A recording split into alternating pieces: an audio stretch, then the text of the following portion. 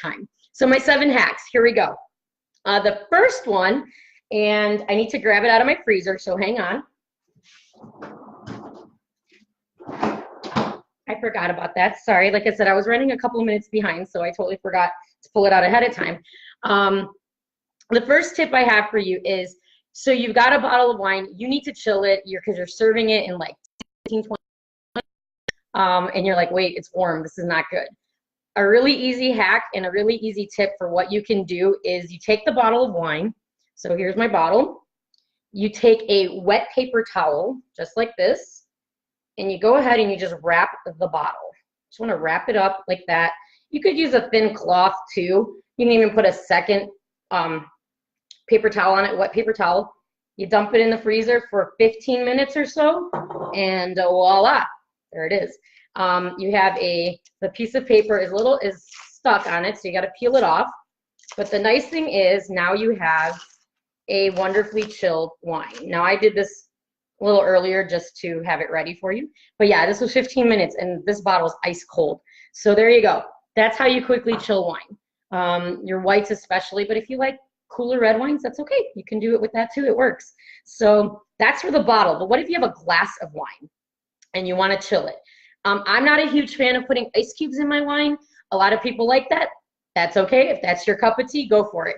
But what I like to do is, if you know you're going to be having a certain glass of wine, make some ice cubes out of that wine before you serve it. So what you do is you take your ice tray, put a few, make a few ice cubes of that wine so that when it comes time to drink the wine, you're diluting the wine with wine, not wine with water. So you're not losing the texture, the body, the aromas of that wine. You're just enhancing it by putting some cold wine in, and you've got your chilled wine. Again, works for red, works for white. It depends on how long. I would say a few hours for sure. Some people put it in overnight. That's okay too.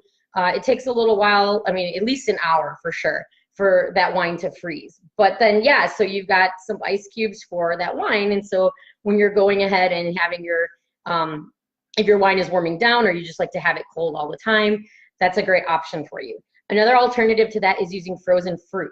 So some people like to freeze grapes ahead of time. Some like to freeze blueberries, blackberries, raspberries, strawberries. Depending on the wine you're drinking, you can go ahead and freeze chunks of that fruit.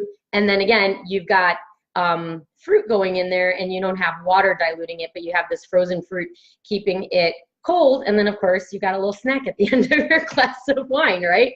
I know I liked trying over the summer. I actually used watermelon chunks too. I had it in my Prosecco, and it actually tasted really, really good.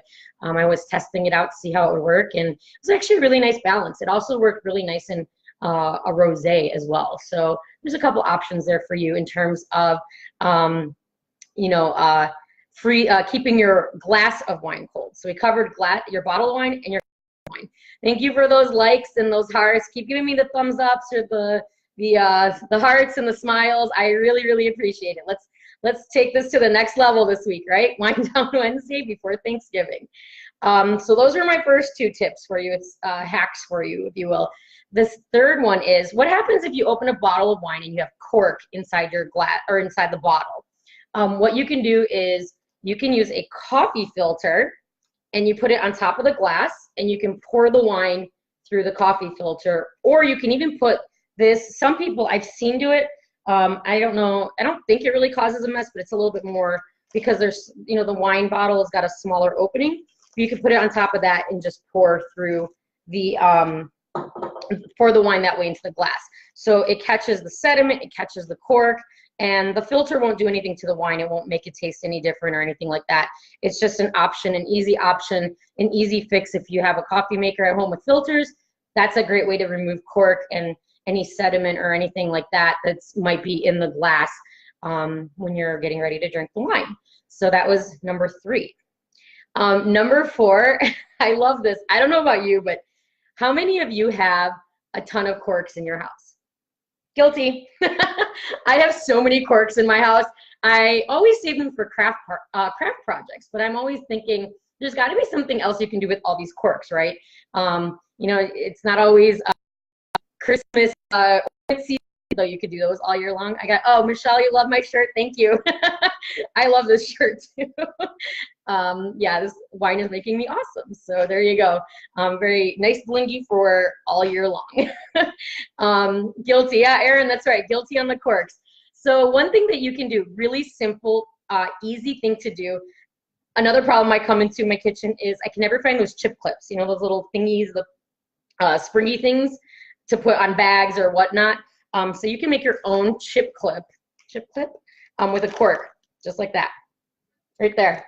What you do is you take the cork, you cut a little slit in it about an inch or so deep.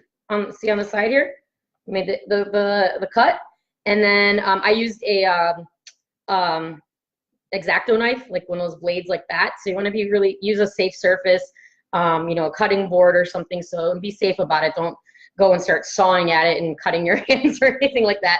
But this works really well as a chip clip. So can't go wrong with that. You've got them lying around. You got to do something with those corks, right? There's one tip for you. Another tip that I have for using corks is to remove a lid from a stove. So from your, like a pot, you know, after you're cooking or while you're cooking, you know, here's the lid. What you want to do, and my glue hasn't completely hardened on here, so I apologize.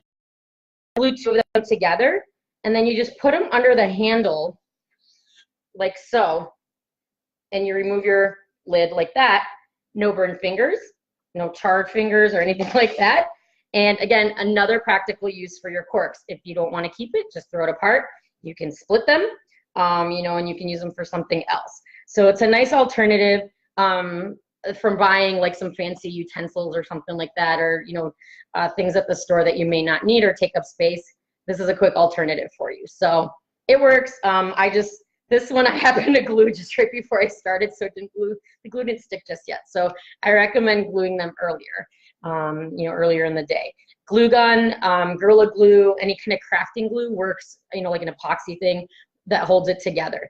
And you just, like I said, put them together, stick them underneath the, you know, opposite of the handle. So you're going to do the handle like that, pull it up, and there you go. Easy peasy, right?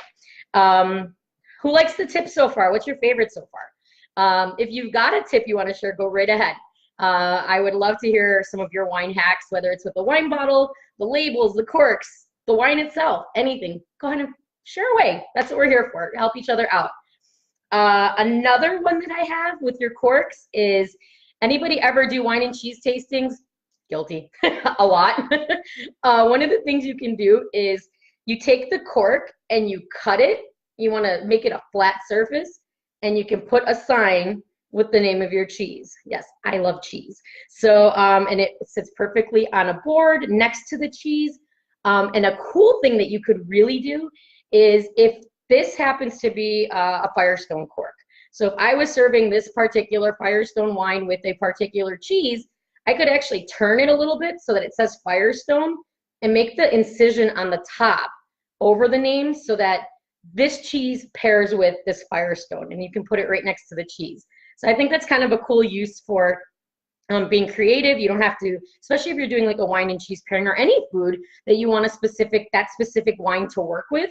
It's just kind of a cool way, so you don't have to keep repeating yourself at your party what you did. You know, there's one idea of how to make your entertaining or your hostessing, you know, holiday entertaining especially easy for you. I wouldn't recommend doing that with cork or with caps. So I don't want you cutting metal caps or plastic or whatever the caps through, because that just seems like it'd be really messy, unless you are talented and have a really cool knife or something that can work. But the corks, I think, just looks nicer, looks cleaner, and just has a really cool effect to your overall serving platter, serving tray, whatever you're presenting your food on. So just something to think about there. And last but not least, my 7th tip for you is, okay, so pretend this is a wine stain, right? I didn't want to pour wine out on something because I didn't want to pour wine out on something. So what you can do is, say this is a tablecloth or a t-shirt, white t-shirt with a wine stain. What you want to do is you want to take ordinary salt, you start covering it. And you just keep covering the stain. And what that salt does is the salt will help start removing your red wine stain out of the tablecloth out of your t-shirt or whatnot. Let it sit for about an hour. And then you can just brush off the salt and either use a little bit of water or even like a seltzer water to clean it off. And then throw it in the wash and voila, your stain is gone. I have done that. It has worked. Another bonus tip on that is if you have some white wine lying around that you don't really care about, you can actually use white wine to take red wine out of a carpet stain, for example. You just let it soak a little bit and then you dab it up and it helps get that stain out of a carpet. I have tried it, I have done it, and it worked. So again, but I don't really want to pour my wine if I don't have to. If it was an accident, I don't care. You know, if it's an accident, it's one thing, but you don't want to pour wine if you don't have to, right? But just throwing that out there.